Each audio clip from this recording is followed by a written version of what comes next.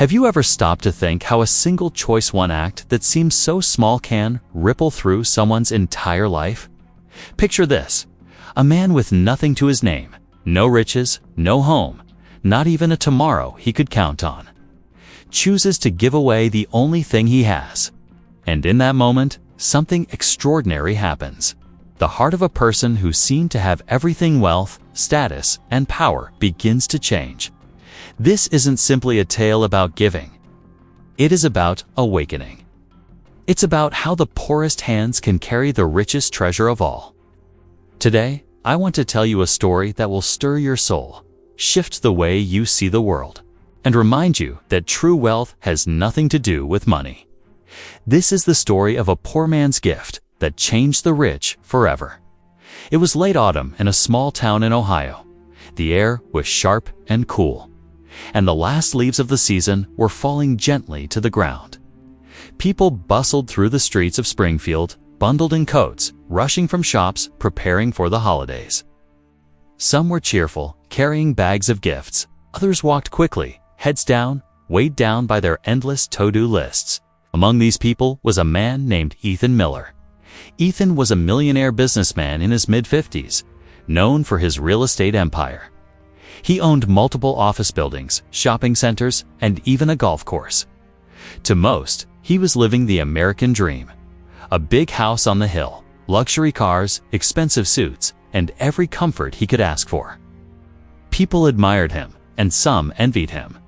But those who knew Ethan closely understood something most didn't see. He was restless. Despite his wealth, Ethan felt empty. He was constantly searching for more deals, more investments, more success. Yet no matter how much money he made, the void inside never seemed to fill. His life was surrounded by luxury, but not meaning.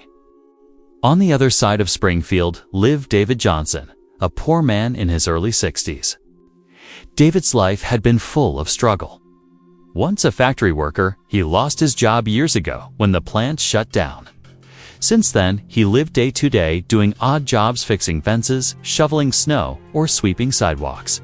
He had no savings, no retirement plan, and no family left to support him. David lived in a small, run-down apartment above a laundromat. The paint was peeling, the heat barely worked, and the roof leaked when it rained. Yet despite having so little, David carried something that money couldn't buy: a heart full of gratitude. He often said to himself, "I may not have much, but I still have breath in my lungs, and that's a gift. If I wake up today, it means I have something to give." David was known by the locals as kind and gentle. He was the type of man who would stop to help a stranger carry groceries or shovel snow off the neighbor's driveway, even if no one paid him for it. He was poor in possessions, but rich in spirit.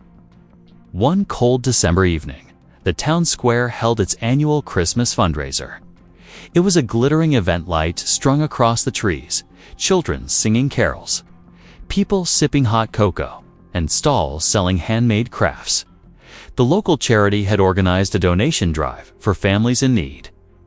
A large decorated box sat at the center of the square, where people dropped off toys, clothes, and money. Ethan Miller was there too. Dressed in a long black coat and leather gloves, he mingled with other wealthy townsfolk. He wrote a large check for the charity, shook a few hands, smiled for photos, and felt satisfied. To him, it was just another event, another way to show his generosity in public. But across the square, David Johnson watched quietly. He had no money to give, no expensive gifts, and no check to sign. He stood there, hands in his worn-out coat pockets, feeling the biting wind. In his pocket, David carried the only thing he had left of value: a small silver pocket watch. It had belonged to his father, passed down to him decades ago. The watch was old, scratched, and not worth much to anyone else. But to David, it carried priceless memories. His father had worked long hours in the same factory where David once worked. The watch was a symbol of hard work, sacrifice, and love. As he stood by the donation box, David thought to himself, "What do I really have to give?" His eyes fell on the pocket watch. His heart hesitated. It was the last connection to his father. But then he whispered, "If this can bring someone hope, then maybe it belongs to them now." So, with trembling hands, David walked up to the box, pulled out the watch, and gently placed it inside. Nobody noticed. No cameras captured the moment. No applause followed. It was just a quiet act, unseen by most. But it was about to change everything. Later that night, as volunteers sorted through the donations, Ethan Miller happened to walk by. He wasn't really paying attention, but something caught his eye.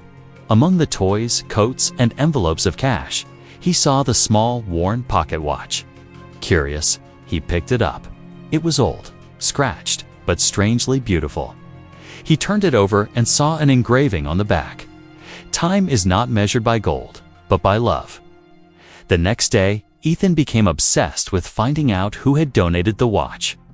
He asked around at the event organizers, checked with volunteers, and even offered a reward for information. But nobody seemed to know. Finally, a young volunteer remembered seeing an older man with a worn coat standing by the donation box around that time. She didn't know his name, but she described him. Ethan searched the town, asking at diners, stores, and even the laundromat. Eventually, someone pointed him toward David Johnson's small apartment. Ethan knocked on the door. When David opened it, he looked surprised to see Springfield's richest man standing in the hallway. Ethan held up the watch and said, "Did this belong to you?" David smiled gently. "It did. But now it belongs to someone else. Did you find it helpful?" Ethan was speechless. "Why would you give this away? It's valuable to you." David nodded. "Because the greatest gifts are the ones that cost us something. I had nothing else to give. But if this watch reminds someone that love matters more than money, then I gave the right thing." Those words struck Ethan like lightning. He had spent his life chasing wealth, chasing more gold, more possessions, more deals. But here was a man who had nothing, yet spoke of love as if it were the greatest treasure. That night, Ethan sat alone in his mansion. He looked around at the expensive paintings, the marble floors, the endless rows of wine bottles. For the first time, he realized how empty it all felt. The watch lay on the table in front of him, and he whispered, "I've been measuring life the wrong way." From that day forward, Ethan changed. He started small, visiting the local shelter, donating not just money, but his time. He listened to the stories of people who had nothing, and in their words, he found more meaning than he ever found in his boardrooms. He began funding programs for workers who had lost their jobs, inspired by David's own life. He created scholarships for children from poor families. He even started walking through the town without his entourage, speaking to ordinary people, learning from them. Ethan became known not just as a rich man, but as a man with a heart. And every time someone asked him why he changed, he would hold up the pocket watch and say, "Because someone who had nothing gave me everything." David Johnson never sought recognition. He continued living simply, still working small jobs, still helping neighbors. But he saw the changes happening in Springfield. He saw struggling families getting help, children going to school, workers finding jobs again. One day, Ethan visited David and said, "You've changed me more than I can ever repay. But tell me, why did you do it? Why give something so precious away?" David smiled. "Because wealth is not about what we keep, it's about what we give. Money runs out, possessions fade. But love multiplies when shared. That's the only wealth that lasts." And so, a poor man's gift changed the rich forever. One act of sacrifice, one simple decision to give, shifted the course of a man's life and, through him, the lives of many others. The story reminds us that generosity isn't about how much we have, a bit's about how much we're willing to share. True wealth isn't measured by bank accounts, cars, or houses. It's measured by love, kindness, and the lives we touch. So, the next time you think you have nothing to give, remember David Johnson. Remember the pocket watch.